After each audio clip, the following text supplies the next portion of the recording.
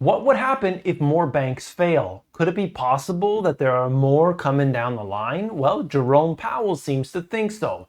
That's what we'll discuss here. I want to bring up what's happening in the financial system as well as the economy to bring you what you need to know so you can make better choices for yourself and your family. Welcome, truth seekers. You've landed in the right place. I want to bring you what others simply can't. So join this grassroots movement of nearly 300,000 people. Hit that subscribe and the notification beside it so that we can conquer this together. You came here for the truth, so let me unveil that for you. Today, it is a very important video because we're going to look at the aspects that cover what Jerome Powell actually said, and then I'll link that into so many other things. Beginning with this, Powell expects more Fed rate hikes ahead as the inflation fight has a long way to go. Remember this, you look at their own, what they call SEP or the dot plot, and that is a prediction based on the people at the FOMC and what they think interest rates were going to be like. And they do this, they map it out. It's not a decision, it's nothing really,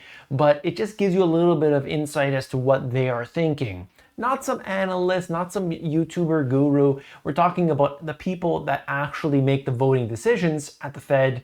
And these people say that it's going to be until 2025 before they can get back down to where we had seen a few years ago in terms of inflation, in terms of interest rates. So knowing that information, how does that impact you? What does that do to the bonds, to the stocks, to your retirement account, and so on? We're going to discuss that here, all right?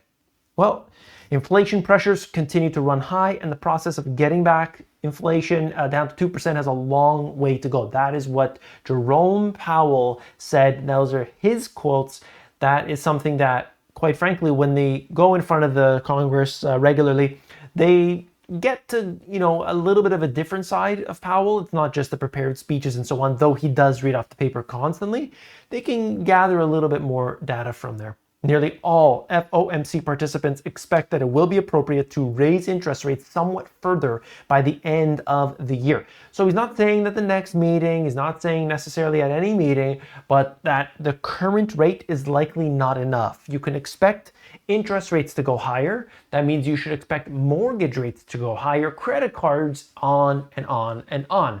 Borrowing rates go up, economy continues to slow down. It starts to do this in a sense where they're trying to balance it. They call it a soft landing. And what do they mean here? Well, they don't want to crash the economy down by lifting interest rates to 50%. Oh yeah, that would stop inflation, but it would also create a lot of basically unemployment and things.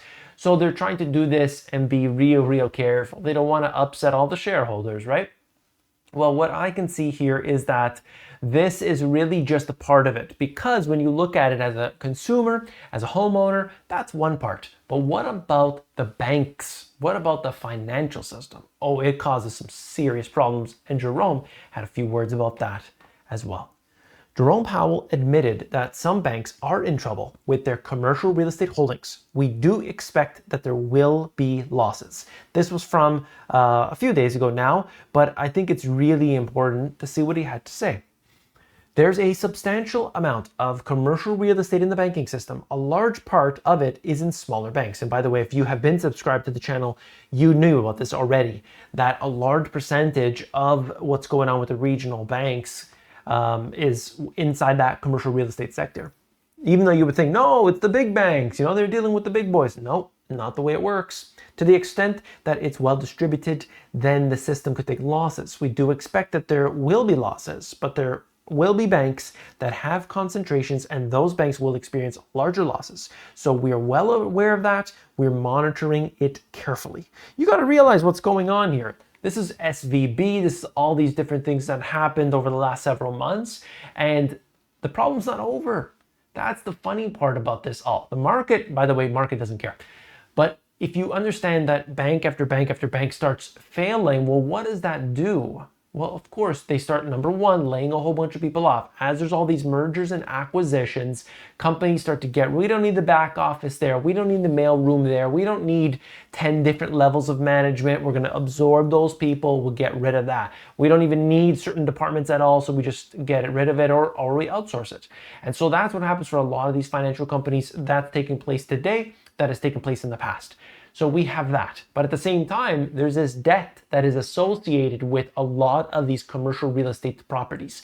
And we're not talking about, $1 million or what have you. We're talking about billions and billions of dollars worth of debt that's tied in to these companies through interest rate schemes that they've basically created over the years. And I think it's going to unravel pretty badly. It depends, though, which companies are affected and the cascading effect that occurs after that. So what am I talking about here? Well, let's just say it's one regional bank X. Regional Bank X has a problem. They start to fail, they start to collapse, but then, the government bails them out, FDIC, whatever, maybe another company, JP Morgan comes in and saves the day. But how many let's say shareholders, bondholders, investors, who have they been loaning money to, all of those in a row? Well, what are the implications of that? Who is affected by it exactly? We only know until after they fail. We don't know that. We didn't learn about SVB. It didn't even exist. It wasn't on anybody's radar until they failed. And so that dramatic impact could be felt all the way into next year. It really depends on what's going on with interest rates. And they know, Jerome Powell knows, that keeping interest rates at these levels is going to hurt the regional banks, the ones that have their higher exposure at this point, commercial real estate, regional banks, they're the ones with the issues. Okay, I don't want to go on and on. Millions of British families will be hit by a prolonged and historic mortgage crunch if interest rates rise by as much as expected. Look at this. So imagine in a given year, the equivalent of $3,700 in increase in annual payments, a few $100 a month, essentially. For people in the UK, it's the exact same thing for Australia and for Canada and for other places, okay? So they are going to be hit by this. They don't have that money. They're going to, see after all their energy crisis, food crisis, everything else going up. Inflation is off the charts, and they're going to have to pay more. And this is just one more aspect of that. When they say that, inflation is going down, I think that really depends on where you look. Speaking of which, for measures of inflation, I wanted to note the fact that the Federal Reserve's favorite metric of inflation, core PCE, has basically been at the same level since a year ago. For 1 year, it's almost the same. It's trended down a little bit, but not by much. And so at the time of this recording anyway, it's 4.7. But you might ask, core PCE, you've told me 100 times before that this is fake. You've said it. Shadow Stats produces this figure, where I get my other figure from true inflation. That core PCE, not important. I'm ignoring it, putting my fingers in my ears, la la la la la. Yeah, actually, core PCE is very important. And so is the CPI. Now, why would I say that? Well, as I've told you 1,000 times, they don't actually measure real inflation, and we know this. But it's important because the Federal Reserve, the government, businesses make decisions based on the CPI and the PCE, not on shadow stats. You and I, we go to the store and we buy our groceries. That's where we get our inflation. That's our own inflation metrics, okay? We feel that. But the core PCE doesn't impact us in that way, but it does the Fed, the government, and the businesses. So they are the ones feeling it, and that's why it's key, and that's why having it be still elevated is what they are looking at to determine where interest rates will be. So we can tell, based on this, that borrowing costs, maybe they do come down, but they will remain elevated from where we were at previous to 2022 for the foreseeable future. That's what we're being told, at least right now. So we go into the next part, which is mortgage rates above 6% aren't unusual historically, but the circumstances in play earlier in 2020 create a challenging environment for buyers and homeowners considering selling because they're dealing with a lot. Isn't that so? Homeowners with low rates are opting not to move, leading to a shortage of new listings and lending strength to home prices. Roughly 92% of all homeowners with a mortgage have a rate below 6%. So of course they don't want to move. They're like, I'm good here. I'm going to stay here right now. My mortgage rate's okay. I don't want to pay 7% because that is the rate that people are paying right now. Okay, and it depends on many factors, but let's say 7%. And then we have the most affordable cities.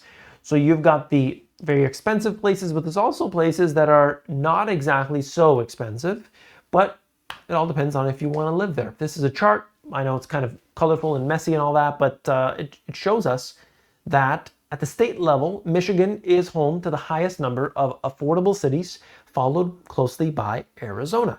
So you could see places like Flint, Michigan, near the top of the list.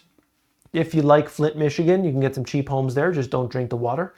Toledo's on there. Detroit. Just go through here and you can see it.